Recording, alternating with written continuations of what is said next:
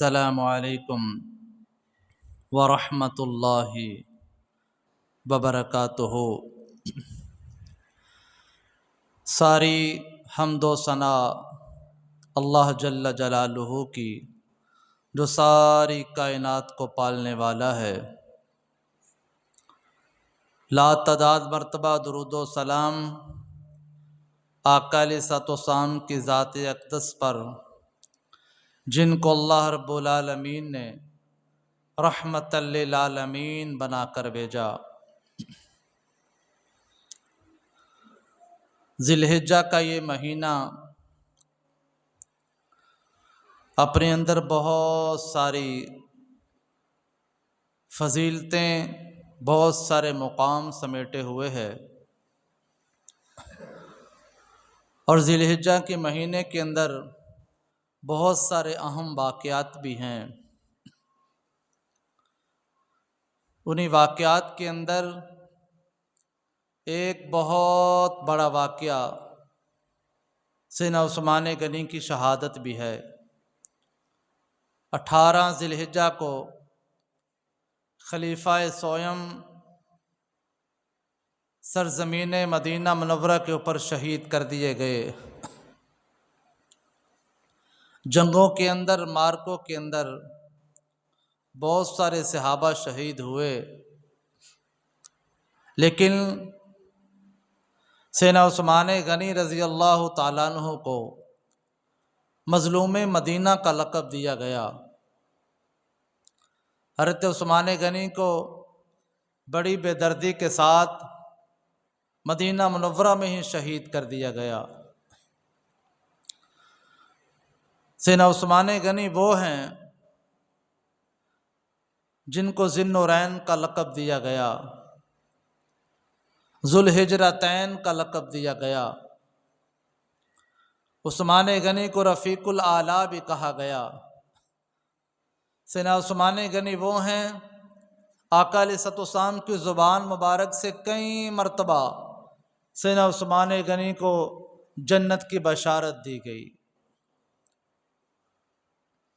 سیدنا عثمان غنی کو اللہ نے بڑا مال دیا تھا، بہت بڑے تاجر تھے، لیکن اللہ نے دل بھی بڑا عطا فرمایا تھا۔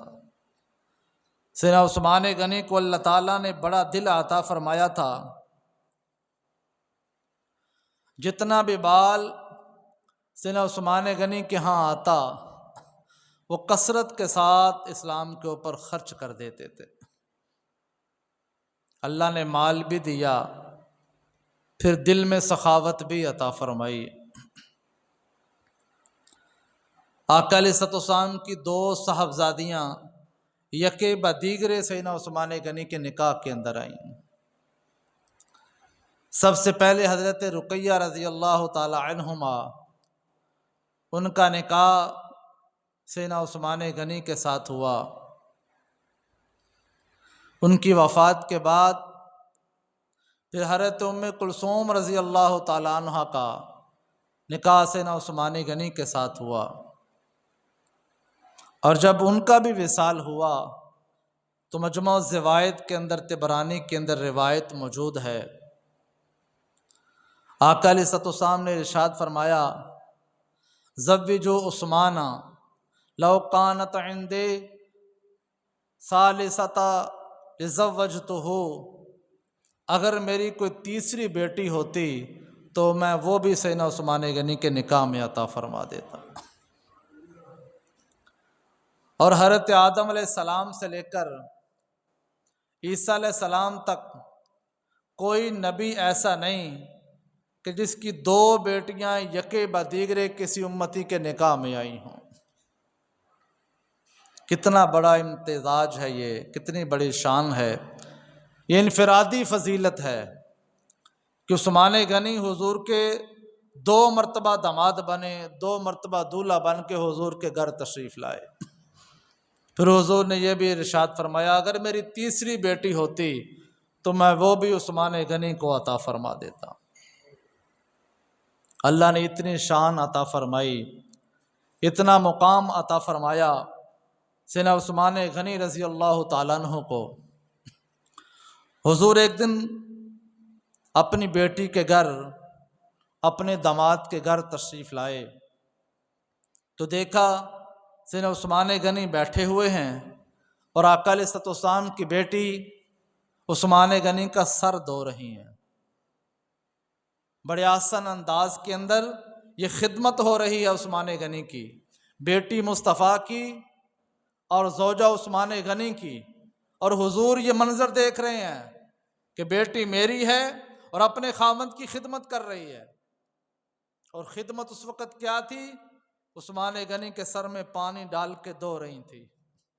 آقا علیہ الصلوۃ والسلام نے جب یہ منظر دیکھا، حضور تشریف لائے اور دیکھا دخل علی ابنتہ وہی تغسل رأس عثمان، اپنی بیٹی کے گھر میں تشریف لائے اور دیکھا کہ تغسل رأس فی عثمان، سیدنا عثمان غنی کے سر کو دھو رہی ہیں، اور ارشاد فرمایا فقال یا بنی احسنی الی ابی عبداللہ، اے میری بیٹی بہت بہترین طریقے سے عثمان غنی کی خدمت کرنا۔ حضور بیٹی کے گھر تشریف لائے، کیسا انداز تربیت ہے، خدمت کرتے ہوئے دیکھا شوہر کی، کام کرتے ہوئے دیکھا اپنی بیٹی کو، اور ارشاد فرمایا میری بیٹی اور زیادہ خدمت کرنا عثمان غنی کی۔ کیسی تربیت ہے، کیسی تلقین ہے، کیسی ذہن سازی ہے۔ آج اگر کوئی ماں یا کوئی باپ بیٹی کو سسرال میں کام کرتا ہوا دیکھ لے تو وہ کئی طریقے سے کئی باتیں کریں گے، سارا کام اسی سے کروایا جاتا ہے، نوکرانی بنا کے رکھا ہوا ہے، سارے گھر کا کام تو میری بیٹی کرتی ہے۔ اللہ کے نبی نے کام کرتے ہوئے، خدمت کرتے ہوئے دیکھا اور فرمایا میری بیٹی اور زیادہ خدمت کرنا عثمان غنی کی۔ پھر فرمایا فَإِنَّهُ أَشْبَهُ اصحابی بھی خلقاً، میرے سارے صحابہ میں عثمان غنی اخلاق میں سب سے زیادہ میرے مشابہ ہیں۔ اللہ نے عثمان غنی کو ایسا اخلاق عطا فرمایا ہے، سارے صحابہ میں بہترین اخلاق عثمان غنی کا ہے، جو اخلاق میں سب سے اعلیٰ، جو سخاوت کے اندر سب سے اعلیٰ، جو شرم و حیا کے اندر سب سے اعلیٰ۔ ایک اور ترمذی کی صحیح روایت کے اندر آتا ہے، آقا علیہ الصلوۃ والسلام نے اپنے 3 صحابہ کے بارے میں ارشاد فرمایا، 3 صحابہ کی 3 عادتیں بتا دیں، 3 صحابہ کی 3 خصلتیں بتا دیں، 3 صحابہ کی 3 خوبیاں بتا دیں۔ ارے 3 خلفائے راشدین کے بارے میں 3 جملے حضور نے عطا فرما دیے۔ اللہ کے نبی نے ارشاد فرمایا ارحم امتی بی امتی ابو بکرن، ابو بکر صدیق میری امت میں سب سے زیادہ رحم کرنے والے ہیں، بڑے مہربان ہیں۔ سیدنا ابو بکر صدیق کا مزاج رحم دلی والا، محبت والا، مہربانی والا تھا۔ سیدنا عمر بن خطاب کے بارے میں فرمایا وَأَشَدُّهُمْ فِي أَمْرِ اللَّهِ عمر، احکام شریعت کے اندر، دین کی پاسداری کے اندر، دین کے مسائل کے اندر، دین کے احکام کے اندر وَأَشَدُّهُمْ فِي أَمْرِ اللَّهِ عمر بن خطاب، دین کے احکام میں شدت سے عمل کرنے والے، کروانے والے عمر بن خطاب ہیں۔ جب دین کا مسئلہ آ جائے تو پھر عمر سختی کرتے ہیں، عمر شریعت کو نافذ کر دیتے ہیں، عمر پھر مسئلہ اگر حل نہ ہو تو تلوار کے ساتھ بھی حل کروا لیتے ہیں۔ پھر آگے فرمایا وَأَصْدَقُهُمْ حَيَاءً عثمان بن عفان، میرے عثمان سب سے زیادہ حیا دار ہیں، میرے عثمان سب سے زیادہ شرم و حیا والے ہیں۔ یہ زبان مصطفیٰ ہے، آقا علیہ الصلوۃ والسلام اپنے خلفائے راشدین کے بارے میں یہ فرما رہے ہیں۔ اور صحیح مسلم کی روایت ہے، گھر اما عائشہ صدیقہ کا ہے اور آقا علیہ الصلوۃ والسلام چارپائی کے اوپر لیٹے ہوئے ہیں، آقا علیہ الصلوۃ والسلام کی پنڈلیوں سے تھوڑا تہمت اوپر ہے، آقا علیہ الصلوۃ والسلام اما عائشہ صدیقہ کے گھر میں لیٹے ہوئے ہیں، تہمت پنڈلیوں سے تھوڑا سا اوپر ہے، سیدنا ابوبکر صدیق گھر کے اندر داخل ہوئے، آقا علیہ الصلوۃ والسلام ویسے ہی لیٹے رہے، گفتگو ہوتی رہی۔ تھوڑی دیر کے بعد عمر بن خطاب نے آنے کی اجازت مانگی، اللہ کے نبی نے اجازت عطا فرمائی۔ عمر بن خطاب بھی تشریف لائے، حضور کے پاس بیٹھ گئے، تہمت پنڈلیوں سے اوپر رہا، حضور لیٹے رہے، ابوبکر صدیق عمر بن خطاب سے بات چیت ہوتی رہی، لیکن جو ہی سیدنا عثمان غنی تشریف لائے، ولم تبالہ ثم دخل عثمان، جو سیدنا عثمان غنی داخل ہوئے، فجالست وسویت ثیابک، اللہ کے نبی جلدی سے اٹھ کے بیٹھ گئے اور اپنے کپڑے کو تہمت کو پنڈلیوں سے نیچے کر دیا، اپنے تہمت کو سوار لیا۔ اب دیکھیں ابوبکر صدیق بھی تشریف لائے، گھر عائشہ کا تھا، حضور نے اپنے طریقے کو نہیں بدلا۔ عمر بن خطاب بھی تشریف لائے، حضور ویسے ہی لیٹے رہے، لیکن جو ہی عثمان غنی تشریف لائے، فجالست، حضور اٹھ کے بیٹھ گئے، وسویت ثیابک، حضور نے جلدی سے اپنے کپڑے کو درست کر لیا، اور پھر آگے بڑے پیارے الفاظ عطا فرمائے، الا استحیی من رجل، میں اس آدمی سے، اس بندے سے حیا کیوں نہ کروں۔ حضور نے عثمان غنی کے بارے میں ارشاد فرمایا، الا استحی من رجل، میں اس بندے سے حیا کیوں نہ کروں، تستحی منہ الملائکہ، جس سے اللہ کے ملائکہ بھی حیا کرتے ہیں، میں عثمان غنی سے کیوں حیا نہ کروں، حالانکہ اللہ کے فرشتے، اللہ کے ملائکہ بھی اس سے حیا کرتے ہیں۔ یار یہاں ایک بات ہے، ایک مسئلہ ہے، اللہ کے نبی جس سے حیا کریں، اللہ کے فرشتے جس سے حیا کریں، حضور کی امت کو بھی چاہیے اس عثمان کا حیا کرے۔ آج اگر سیدنا عثمان غنی کے بارے میں کوئی زبان دراز کرے، آج کوئی جملہ کہے، تو دیکھو اللہ کے نبی نے کیا ارشاد فرمایا ہے۔ یہ روایت صحیح مسلم کے اندر ہے کہ اللہ کے نبی حیا کرتے ہیں عثمان کا، اللہ کے نبی حیا کرتے ہیں عثمان غنی کا، اور اللہ کے ملائکہ بھی حیا کرتے ہیں۔ آج اگر عثمان کی طہارت پر، سیدنا عثمان غنی کی زندگی پر، سیدنا عثمان غنی کی حیات پر اگر کوئی جملہ کہے، اگر کچھ کہے، تو آپ سوچ لیں اللہ کے نبی نے عثمان غنی کے بارے میں کیا ارشاد فرمایا۔ ایک اور روایت ہے، مجمع الزوائد کے اندر ہے، علامہ طبرانی نے اسے نقل کیا ہے، آقا علیہ الصلوۃ والسلام حضرت عائشہ کے گھر تشریف لائے، حضور اپنی زوجہ محترمہ عائشہ کے گھر تشریف لائے، اور جو ہی حضور تشریف لائے، دخل علیہ رسول اللہ صلی اللہ علیہ وسلم فرا لحمن، اللہ کے نبی نے گوشت دیکھا عائشہ کے گھر میں، جب گوشت دیکھا، من باعث ھذہ، عائشہ یہ گوشت کہاں سے آیا؟ اللہ کے نبی عائشہ کے گھر میں تشریف لائے، گوشت دیکھ کے پوچھ لیا، من باعث ھذہ، عائشہ یہ گوشت کہاں سے آیا؟ قلت عثمان، یا رسول اللہ، سیدنا عثمان غنی نے ہدیہ بھیجا ہے، گوشت کا تحفہ حضور کے گھر میں بھیجا ہے۔ اب ہم عائشہ سے کا بیان کرتے ہیں، قلت فرأیت رسول اللہ صلی اللہ علیہ وسلم، پھر میں نے دیکھا، رافعا یدیہ، اللہ کے نبی نے یوں ہاتھ اٹھا لیے، یدعو لعثمان، فوراً وہیں کھڑے ہو کے اللہ کے نبی صلی اللہ علیہ وآلہ وسلم نے سیدنا عثمان غنی کے لیے دعائیں کرنا شروع کر دی۔ کیا اللہ نے شان عطا فرمائی، کیا اللہ نے مقام عطا فرمایا سیدنا عثمان غنی رضی اللہ تعالیٰ عنہ کو، کیا آقا علیہ الصلوۃ والسلام جن کے لیے دعائیں فرمائیں، جنہیں جنت کی بشارتیں عطا فرمائیں، مدینہ منورہ میں جب پانی کی قلت ہوئی، پانی کم پڑ گیا، اللہ کے نبی صلی اللہ علیہ وآلہ وسلم نے ارشاد فرمایا، کون ہے جو مدینہ منورہ کا کنواں بئر رومہ خریدے، مسلمانوں کے لیے وقف کر دے، اللہ تعالیٰ اسے جنت عطا فرمائے گا۔ اور بیر روما کا کنواں سیدنا عثمان غنی نے 20,000 درہم میں خریدا، اسے کھدوایا، درست کروایا، اس کا سارے کا سارا پانی مدینہ والوں کے لیے وقف کر دیا۔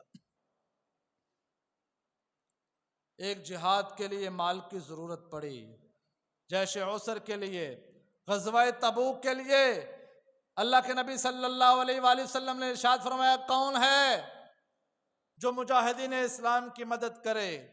سارے اپنا اپنا مال لے کے آ گئے، جتنی اللہ نے توفیق دی تھی مال دے دیا۔ عثمان غنی رضی اللہ تعالیٰ عنہ جب آئے تو 1,000 اشرفی آقا علیہ الصلوۃ والسلام کی جولی کے اندر ڈال دی۔ روایت کے الفاظ یہ ہیں، حضور ہاتھوں کے ساتھ اشرفیاں الٹ رہے تھے، آگے پیچھے کر رہے تھے اور عثمان کے لیے دعا فرما رہے تھے، اس عمل کے بعد کوئی عمل بھی عثمان کو نقصان نہیں پہنچائے گا۔ 1,000 اشرفی۔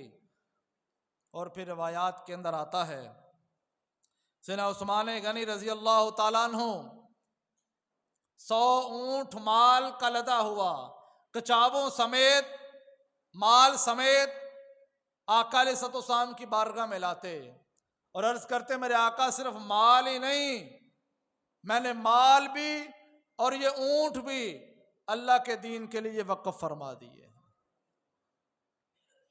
اللہ سے جب بھی مانگا کرو ایسا مال مانگا کرو کہ جو اللہ کے دین کے لیے خرچ ہو جائے، اللہ کے دین کے اوپر وقف ہو جائے۔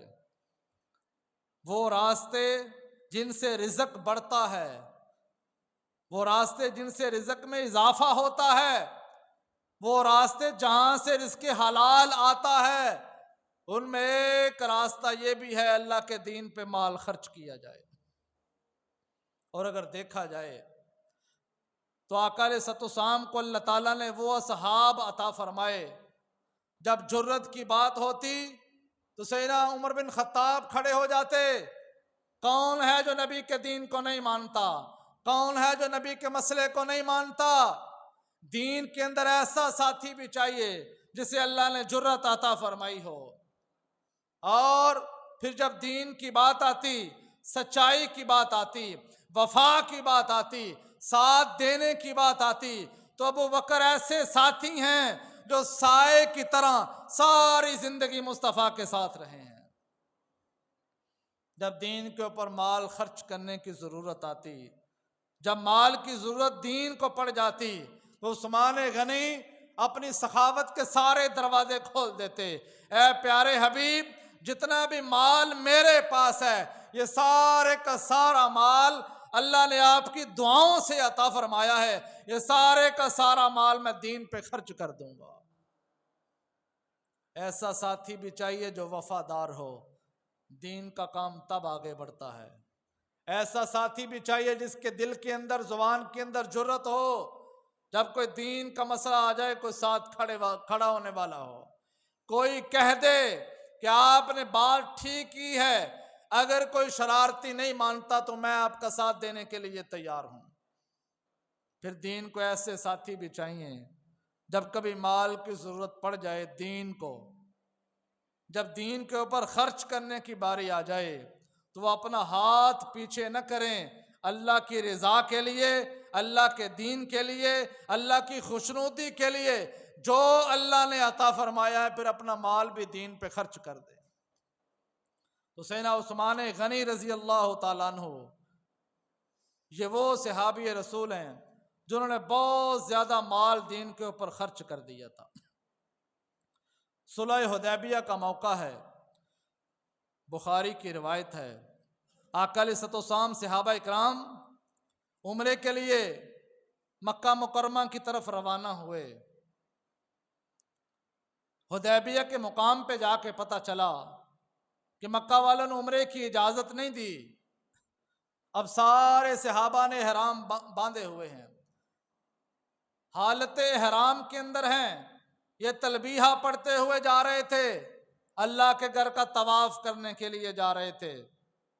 جب خبر آئی کہ ہم عمرہ نہیں کرنے دیں گے، آقا علیہ الصلوۃ والسلام نے سارے صحابہ کو بٹھا دیا اب حضور لڑنا نہیں چاہتے تھے، حضور مصلحت چاہتے تھے، رستہ نکالنا چاہتے تھے۔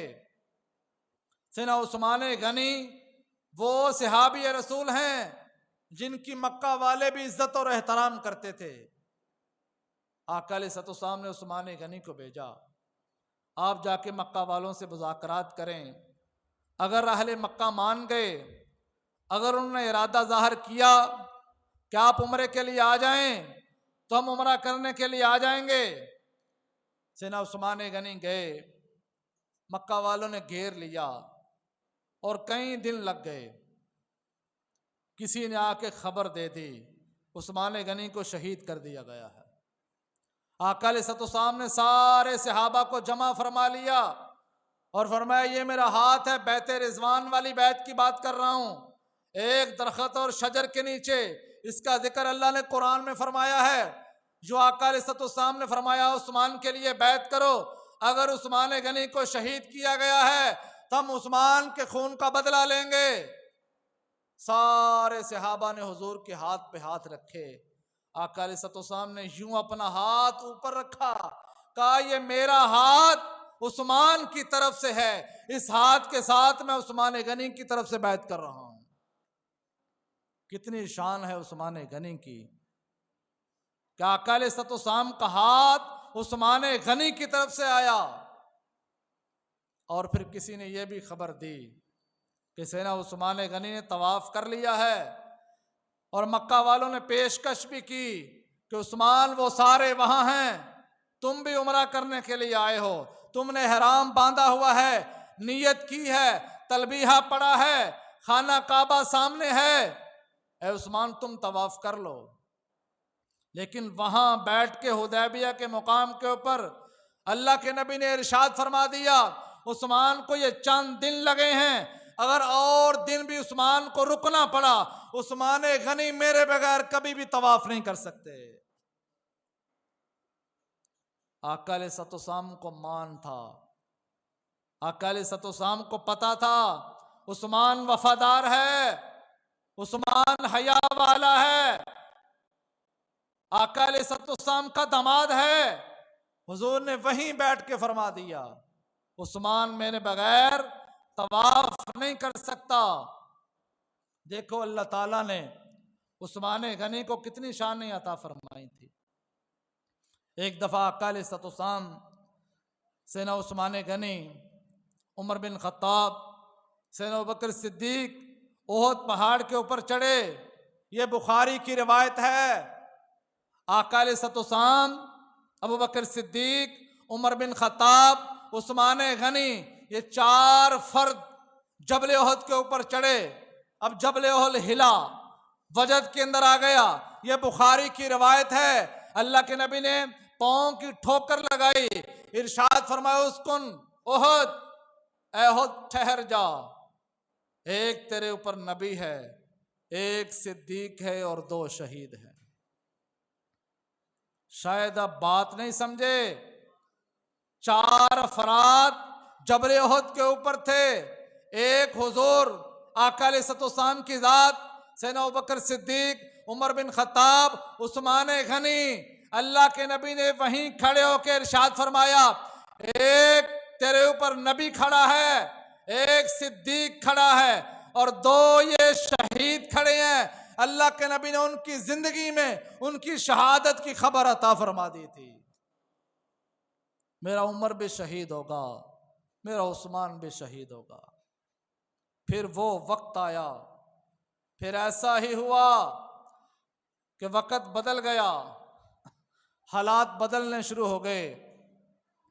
سیدنا ابوبکر صدیق کا دور 2 سے 2.5 سال ابوبکر صدیق وقت کے خلیفہ رہے، امن و امان کا دور رہا۔ اس کے بعد عمر بن خطاب کا دور خلافت آیا، تقریباً 12 سال عمر بن خطاب نے خلافت کے کام کو سر انجام دیا، بہترین طریقے سے فتوحات ہوئیں۔ عمر بن خطاب ایک وجیح انسان تھے اور بہترین خلیفہ وقت تھے۔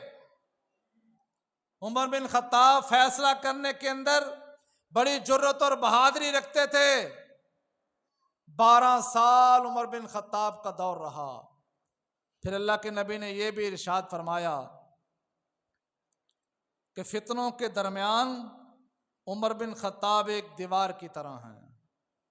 جو ہی عمر بن خطاب وصال کر جائیں گے، اس کے بعد فتنوں کا دور شروع ہو جائے گا۔ سیدنا عمر بن خطاب کی خلافت کا جو ہی وقت ختم ہوا، عمر بن خطاب کو شہید کر دیا گیا۔ جو عثمان غنی وقت کے خلیفہ بنے سن 24 ہجری کے اندر، ان کا دور خلافت بھی تقریباً 12 سال ہے۔ پہلے 6 سال معاملات بہتر رہے، لیکن جو ہی اگلے 6 سال آئے تو پھر حالات بدلنے شروع ہوئے۔ شاید آپ یہ بات سمجھ جائیں تو آپ کو پتہ چل جائے اللہ نے عثمان کو اتنی شان عطا فرمائیں، اتنا مقام عطا فرمایا، لیکن مدینہ منورہ کے اندر انہیں اتنی مظلومیت کے ساتھ کیوں شہید کیا گیا؟ 40 دن گھر کا محاصرہ کیا گیا۔ سیدنا عثمان غنی کے اوپر 40 دن پانی بند کر دیا گیا۔ صرف سیدنا عثمان غنی گھر کے اندر ہیں اور ان کی زوجہ حضرت نائلہ ہیں۔ مدینہ منورہ ہے، گھر کے اندر محصور کر دیا۔ اب مدینہ میں صحابہ کی کثیر تعداد تھی۔ مان لیا کہ ذی الحج کا مہینہ تھا، بہت سے لوگ حج کرنے کے لیے گئے تھے، لیکن کثیر تعداد مدینہ منورہ کے اندر موجود تھی۔ 40,000 فوج سیدنا عثمان غنی کے پاس تھی۔ پھر کیا وجہ بنی کہ عثمان غنی کو بے دردی کے ساتھ کھانا پانی بند کر کے 40 دن ان کے گھر میں قید کر کے شہید کر دیا گیا۔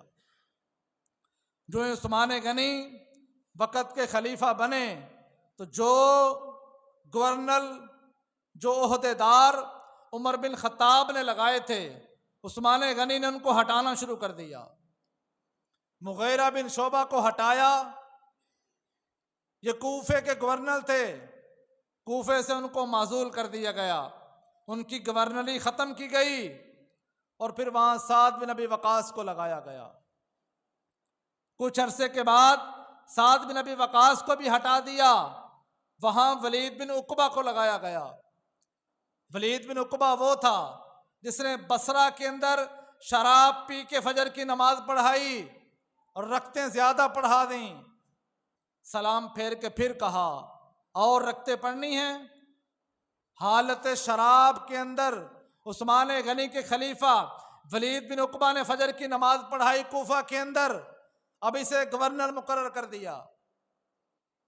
ابو موسیٰ اشعری رضی اللہ تعالیٰ عنہ جلیل القدر صحابی تھے، ان کو معزول کر کے بصرہ کے اندر عبداللہ ابن عامر کو لگا دیا گیا۔ جب یہ سارے گورنروں کو معزول کر دیا اور اقربا پروری کے اندر اپنے رشتہ داروں کو عہدے دیے گئے، مروان بن حکم جسے آقا علیہ الصلوۃ والسلام نے جلا وطن کر دیا تھا، طائف کے اندر بھیج دیا تھا، ابوبکر صدیق کے دور کے اندر وہ منتیں کرتا رہا، اسے نہیں بلایا گیا۔ عمر بن خطاب کے دور کے اندر مروان بن حکم مدینے آنا چاہتا تھا، لیکن حضور کے حکم کو قائم رکھا گیا، مروان بن حکم کو مدینے نہیں آنے دیا گیا۔ جو ہی عثمان غنی کا دور آیا، مروان بن حکم کو بلا لیا سیدنا عثمان غنی نے، یہ ان کے رشتہ دار تھے، پھر مروان سے اپنی بیٹی کا رشتہ بھی کر دیا۔ جب یہ سارے گورنر عہدوں کے اوپر آ گئے، اسلامی روش ختم ہونا شروع ہو گئی، اسلام کے اندر فتنہ شروع ہو گیا، اسلامی مسائل کے اندر اختلاف شروع ہو گیا۔ بہت سارے جید صحابہ اکرام، سادہ صحابہ اکرام، علم اور تقوی اور زہد والے صحابہ اکرام، وہ سارے کے سارے پیچھے ہو گئے۔ عثمان غنی کو مشورہ دے کے سارے اپنے دروازے بند کر کے بیٹھ گئے۔ اب فتنے زیادہ ابھرنے لگے، اب سارے صحابہ اکرام پیچھے ہو گئے۔ اب جب ہلچل مچ گئی، پھر ایسا ہوا، یہ وقت آ گیا، بیت المال کی اونٹنیاں، بیت المال کی مہریں، یہ سارے گورنر استعمال کرنے لگے۔ جس مرضی گورنر کو خط لکھ دیتے، رعایا کو خط لکھ دیتے، مہر عثمان غنی کی لگتی، اونٹنی بیت المال کی جاتی۔ جب وہ خط وہاں پہنچتا، رسالہ وہاں پہنچتا، حکم پہنچتا، اب لوگ بیزار ہونا شروع ہو گئے۔ پھر سبائیوں نے یا بلوائیوں نے یا فسادی لوگوں نے مدینہ منورہ وہ سارے جمع ہو گئے، پھر وہ سارے عثمان غنی کے خلاف ہو گئے۔ کہا یا تو آپ یہ سارے عہدیداروں کو ہٹا دیں، ان کو معزول کر دیں، اور خود بھی خلافت سے ہاتھ اٹھا لیں۔ لیکن ایک اور روایت ہے، آقا علیہ الصلوۃ والسلام نے سیدنا عثمان غنی کو یہ ارشاد فرمایا تھا، عثمان اللہ تمہیں ایک قمیض پہنا دے گا، لوگ اتارنا چاہیں گے لیکن تم یہ قمیض نہ اتارنا، اسے خلافت کی قمیض کہا جاتا ہے۔ جب کچھ لوگوں نے کہا اے عثمان آپ خلافت چھوڑ دیں، تو بار بار یہ حضور کا فرمان سامنے آنے لگا، بار بار حضور کی یہ حدیث یاد آتی، عثمان قمیض نہ اتارنا۔ اب عثمان غنی گھر کے اندر ہیں، اب بلوائیوں نے گھیر لیا سیدنا عثمان غنی کے گھر کو، 40 دن کھانا پانی بند کر دیا۔ اب عثمان غنی گھر کے اندر عبادت کر رہے ہیں، نماز پڑھ رہے ہیں۔ پھر ایک دن سیدنا عثمان غنی اپنے مکان کی چھت کے اوپر آئے، صحیح روایت کے اندر آتا ہے، سارے لوگوں کو مخاطب کیا، کہا مجھے گھیرنے والوں، گھر کے اندر معصور کرنے والوں، مجھے بند کرنے والوں، سنو، اللہ کے نبی صلی اللہ علیہ وآلہ وسلم نے جس نے بیر روما مدینے کا کنواں خریدا تھا، اس کو جنت کی بشارت نہیں عطا فرمائی تھی؟ سارے لوگوں نے کہا ہاں اللہ کے نبی نے یہ بشارت عطا فرمائی تھی۔ کہا کنواں میں خریدنے والا، مدینہ میں پانی میں دینے والا، آج میرے اوپر مدینہ والوں نے پانی بند کر دیا۔ پھر دوسری بات یہ فرمائی کہ جب دین کو مال کی ضرورت پڑی، مجاہدین کو مال چاہیے تھا، سب سے زیادہ مال اللہ کے نبی کے قدموں میں لا کے میں نے ڈھیر نہیں کیا۔ سارے لوگوں نے سر جھکا دیے، کہا یہ کام آپ نے کیا ہے۔ فرمایا اگر کسی مجاہد کو جوتی کا تسمہ بھی چاہیے تھا تو وہ بھی عثمان غنی کے مال سے ہی اسے دیا گیا۔ پھر فرمایا تیسری بات یہ ہے کہ آقا علیہ الصلوۃ والسلام نے مجھے کئی مرتبہ جنت کی بشارت عطا فرمائی، اور ایک دفعہ ایسا ہوا، ایک غزوے سے واپس آئے، مسجد نبوی تنگ پڑ گئی، صحابہ کی تعداد بڑھ گئی، وہاں اللہ کے نبی صلی اللہ علیہ وآلہ وسلم نے ارشاد فرمایا کون ہے جو ساتھ والے گھر خرید کے مسجد نبوی کو عطا فرما دے، مسجد کے اندر وسعت پیدا کر دے، اللہ اسے جنت عطا فرمائے گا۔ فرمایا کنویں کے اوپر مجھے جنت کی بشارت دی آقا علیہ الصلوۃ والسلام نے، مجاہدین کو مال دینے کے اوپر مجھے جنت کی بشارت عطا فرمائی، مسجد نبوی کی توسیع کے اوپر اللہ کے نبی نے مجھے جنت کی بشارت عطا فرمائی، 10 مبشرہ 10 صحابہ جو جنتی ہیں ان کے اندر میرا نام موجود ہے۔ اتنی مرتبہ اللہ کے نبی نے مجھے جنت کی بشارت عطا فرمائی ہے، آپ لوگوں نے مجھے قید کر دیا، گھر کے اندر معصور کر دیا، لیکن فسادی لوگوں کے دل پہ کسی بات نے اثر نہ کیا۔ سیدنا عثمان غنی قریب آ گئے، اپنے گھر کے اندر چلے گئے، اور پھر مستدرک للحاکم کی روایت میں آتا ہے، یہ حدیث صحیح ہے، سیدنا عثمان غنی رضی اللہ تعالیٰ عنہ کو رات کو خواب آیا، آقا علیہ الصلوۃ والسلام خواب کے اندر تشریف لائے، ارشاد فرمایا میرے عثمان آج روزہ رکھ لینا، کل تمہاری افطاری ہمارے پاس ہوگی۔ صبح کو عثمان اٹھے، تقوی کا روزہ رکھ لیا، دل میں خیال آیا یہ خواب سچا ہے، آج آخری دن ہے، اور سیدنا عثمان غنی رضی اللہ تعالیٰ عنہ رب کا قرآن لے کے اپنے گھر میں تلاوت کر رہے تھے. ان کی بیوی نائلہ پاس تھی. 3 فسادی اندر داخل ہوئے. سب سے پہلے ایک بندہ عثمان غنی کے سامنے آیا. اس کے ہاتھ میں کوئی آہنی چیز تھی, لوہے کا کوئی راڈ تھا.